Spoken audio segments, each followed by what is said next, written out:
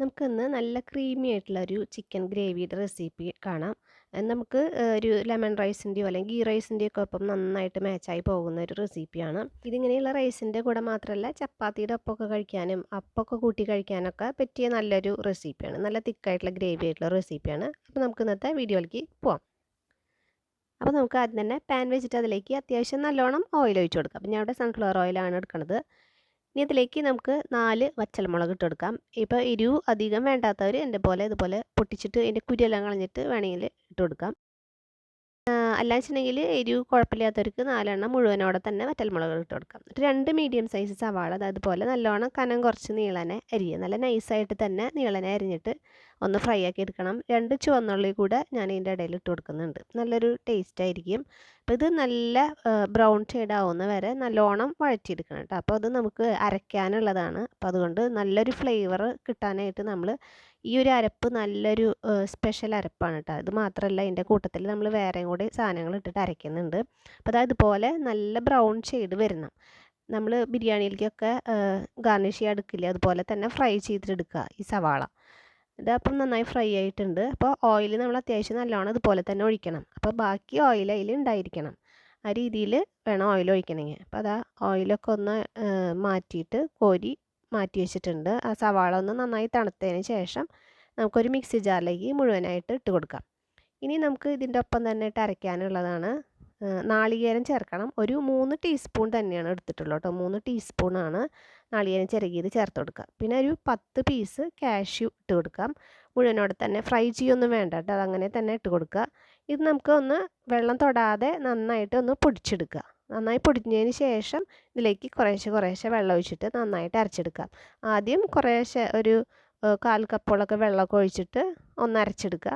പിന്നെ അപ്പോൾ അരയ്ക്കും തോറും അതിൻ്റെ നന്നായിട്ട് ഫൈനായിട്ട് അരച്ചെടുക്കണ്ട. പിന്നെയും ഒന്ന് തട്ടിയിട്ടിട്ട് അങ്ങനെ ഞാൻ ഇവിടെ ഒരു 1/2 കപ്പോളം വെള്ളം ഒഴിച്ചിട്ടാണ് ഇത് ഇതുപോലെ നല്ല ഫൈനായിട്ട് അരച്ചെടുത്തത്. നല്ല കട്ടിയായിട്ട് വരുന്ന ഒരു പേസ്റ്റാണ്. അപ്പോൾ നമ്മുടെ ഈ ഒരു തിക്ക് പേസ്റ്റ് ഇവിടെ റെഡി ആയിട്ടുണ്ട്. അത് നമുക്കൊരു ബൗളിലേക്ക് മാറ്റി വയ്ക്കാം. ഇനി ആ മിക്സി ജാറിൽ കുറച്ച് വെള്ളം കൂടെ ഒഴിച്ചിട്ട് ചിറ്റിച്ചിട്ട് അതേ ബൗളിലേക്ക് തന്നെ ഒഴിച്ചിട്ട് അത് മാറ്റി വയ്ക്കാം. ഇനി അതേ മിക്സി ജാറിലേക്ക് തന്നെ നമുക്കൊരു 2 മീഡിയം സൈസ് തക്കാളി, ഒരു തക്കാളി 4ആക്കിയിട്ട് കട്ട് ചെയ്തിട്ടൊക്കെ ഒന്ന് ഇട്ട് കൊടുക്കുക. പിന്നെ തക്കാളിയുടെ കൂടെ ഒരു 5-8 ഇതള് പുതിന ഇല ഇട്ട് കൊടുക്കാം. പിന്നെ ഒരു 2 തണ്ട് മല്ലിയിലയും ഒരു നല്ല എരിവുള്ള പച്ചമുളകും കൂടെ ഒന്നിട്ടിട്ട് വെള്ളം തൊടാതെ തന്നെ നല്ല ഫൈനായിട്ടൊന്ന് അരച്ചിട്ടെടുക്കാം. അപ്പോൾ അതും നമുക്കവിടെ മാറ്റി വയ്ക്കാം. അപ്പോൾ ഈ ഒരു കറിയിൽ നമുക്ക് ഗ്രേവിയിൽ വേറെ കടിക്കാനോ ഒന്നും കിട്ടില്ല കേട്ടോ. നല്ല ഒരു ഫൈനായിട്ടുള്ളൊരു ഗ്രേവി ആയിരിക്കും നമുക്ക് കിട്ടുക. പറക്കി കളയാനോ ഒന്നും ഉണ്ടാവില്ല. ഇനി നമ്മുടെ നേരത്തെ ആ എണ്ണയിലേക്ക് തന്നെ ഒരു ചെറിയ പീസ് കറുവാപ്പട്ടയും ഒരു തക്കോലം ഇട്ടിട്ടുണ്ട്. പിന്നെ ഒരു 1/4 ടീസ്പൂൺ പെരുംജീരകമാണ്, അതും കൂടെ ഒന്ന് ചേർത്ത് കൊടുക്കുക. ഇനി അതിലേക്ക് നമുക്ക് 1/2 ടീസ്പൂൺ ഇഞ്ചി വെളുത്തുള്ളി പേസ്റ്റ് ഇട്ട് കൊടുക്കുക. എന്നിട്ട് ഇഞ്ചി വെളുത്തുള്ളി പേസ്റ്റ് ഒന്ന് നന്നായിട്ട് ചൂടായി നല്ല ഒന്ന് മുരിഞ്ഞ് നല്ലൊരു മണം വരുന്നത് വരെ ഒന്ന് വഴറ്റിയെടുക്കാം. അപ്പോൾ അതായി വന്നിട്ടുണ്ട്. ഇനി നമുക്ക് ഈ സമയത്ത് ഇതിലേക്ക് നമ്മൾ നേരത്തെ അരച്ച് വെച്ചിരിക്കുന്ന തക്കാളിയുടെ പേസ്റ്റ് ആദ്യം ഒഴിച്ചു കൊടുക്കാം. തക്കാളീനെ നമുക്ക് നന്നായിട്ടൊന്ന് വലിയിച്ചെടുക്കണം. അപ്പോൾ ആ തക്കാളി ഒഴിക്കുന്നതിൻ്റെ ഒപ്പം തന്നെ 1 ടീസ്പൂൺ മല്ലിപ്പൊടി ഇട്ട് കൊടുക്കാം. അതിൻ്റെ ഒപ്പം തന്നെ 1 ടീസ്പൂൺ മുളക് പൊടി ഇട്ട് കൊടുക്കാം. അപ്പോൾ കാശ്മീരി ചില്ലി പൗഡറാണ് ഞാൻ ചേർക്കുന്നത്. അപ്പോൾ ഇത്തിരി കളറും കൂടെ കിട്ടും. പിന്നെ ഒരു 1/4 ടീസ്പൂൺ മഞ്ഞൾപ്പൊടി ഇട്ട് കൊടുക്കാം. അപ്പോൾ ഇതെല്ലാം ഒന്നിച്ച് തന്നെ തക്കാളിയുടെ ഒപ്പം ചേർത്തിട്ട് ഇനി ഇതൊന്ന് വലിയിച്ചെടുക്കുക. ആ തക്കാളിയുടെ ആ ഒരു പച്ചപ്പൊക്കെ ഒന്ന് മാറി വെള്ളമൊക്കെ ഒന്നൊരു വിധം വറ്റി ആ എണ്ണയൊക്കെ ഒന്ന് തെളിഞ്ഞ് വരുന്നത്. അപ്പോൾ ഓയിൽ നല്ലോണം ഉണ്ടായിരിക്കണം കേട്ടോ. ഈ സമയത്ത് കറിയിലേക്ക് കുറച്ച് ഓയിൽ വേണം, അപ്പോഴാണ് ടേസ്റ്റ് ഉണ്ടാവുക. അപ്പോൾ ഓയിൽ അഥവാ ഇല്ലയെന്ന് വെച്ചിട്ടുണ്ടെങ്കിൽ ആ തക്കാളി ഒഴിക്കുന്ന സമയത്ത് കുറച്ചും കൂടി ഓയിൽ വേണമെങ്കിൽ ചേർത്ത് കൊടുക്കാം. ഇനി നമുക്ക് ഇതിലേക്ക് ഗരം മസാലയാണ് ഞാൻ ഇപ്പോൾ 1 ടീസ്പൂൺ ഇട്ട് കൊടുത്തിട്ടുണ്ട്. പിന്നെ 1 ടീസ്പൂൺ തന്നെ മേത്തി ലീവ്സ് ആണ് കേട്ടോ, ഒന്ന് കൈകൊണ്ട് പൊടിച്ചിട്ട് ഇട്ട് കൊടുക്കാം. ഒപ്പം തന്നെ നമ്മുടെ അരച്ച് വെച്ചിരിക്കുന്ന സവാളയുടെയും കാഷ്യും ഒക്കെ കൂടിയിട്ടുള്ള വറ്റൽമുളകിൻ്റെയും ആ പേസ്റ്റ് ഇതിലേക്ക് ഒന്നിച്ചിട്ട് കൊടുക്കാം. ഇതൊന്ന് വലിയിച്ചെടുക്കുക. ഒരു മിനിറ്റൊക്കെ ഒന്ന് വലിയിച്ചെടുത്താൽ മതിയാവും കേട്ടോ. കാരണം നമ്മുടെ സവാളയൊക്കെ നമ്മൾ നന്നായി വഴറ്റിയിട്ട് നല്ലൊരു ഫ്ലേവർ നല്ലൊരു മണമാണ് ഈ ഒരു ഗ്രേവിക്ക്. നല്ല ടേസ്റ്റാണ്. ആ സവാള നന്നായി വഴറ്റിയൊക്കെ എടുത്ത കാരണം മുളകും വറ്റൽമുളകിൻ്റെയും ആ ഒരു ഫ്രൈ ആയ മണമൊക്കെ ഈ അരപ്പിലുണ്ടാവും. ഇനി ഇതിൻ്റെ ഒപ്പം എന്താ കുറച്ച് ഉപ്പ്, ഈ മസാലയിലേക്ക് ആവശ്യത്തിനുള്ള ഉപ്പ് ചേർത്ത് കൊടുത്തിട്ടുണ്ട്.